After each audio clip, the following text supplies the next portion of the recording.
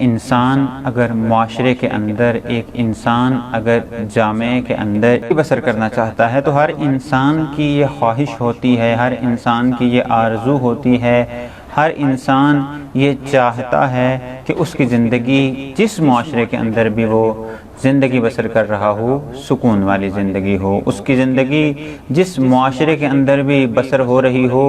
اس معاشرے کے اندر جو ماحول ہو وہ پاک ہو۔ انسان کی زندگی، انسان یہ بھی چاہتا ہے کہ وہ ترقی حاصل کرے، وہ ترقی کی اعلیٰ مقام اور بلند مقام تک رسائی حاصل کرے، اور سب سے بڑھ کر جو انسان چاہتا ہے کہ جس جگہ پر بھی وہ زندگی بسر کرے وہ زندگی آسائش والی ہو، اس جگہ پر امن قائم ہو، اس جگہ پر اتحاد و وحدت کی فضا قائم ہو۔ خب جب ایک انسان ایک معاشرے کے اندر، ایک جامعہ کے اندر، ایک سوسائٹی کے اندر، ایک کمیونٹی کے اندر زندگی بسر کر رہا ہوتا ہے تو لا محالہ اس کو بہت سارے مسائل کا بھی سامنا نہ پڑ سکتا ہے، اس کو بہت ساری مشکلات بھی آڑے آ سکتی ہیں کہ وہ زندگی بسر کر رہا ہے تو ہو سکتا ہے کہ اس کی زندگی تھوڑی سی مشکل ہو جائے ان مسائل کی وجہ سے اور ان مشکلات کی وجہ سے۔ معاشرے کے اندر جو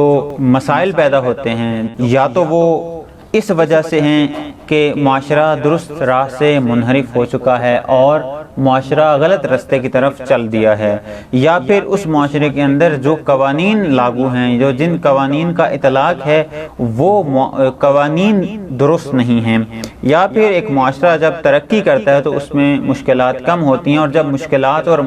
مسائل پیدا ہوتے ہیں تو وہ معاشرہ تنزلی کی طرف آ جاتا ہے۔ اور سب سے بڑھ کر جو مہم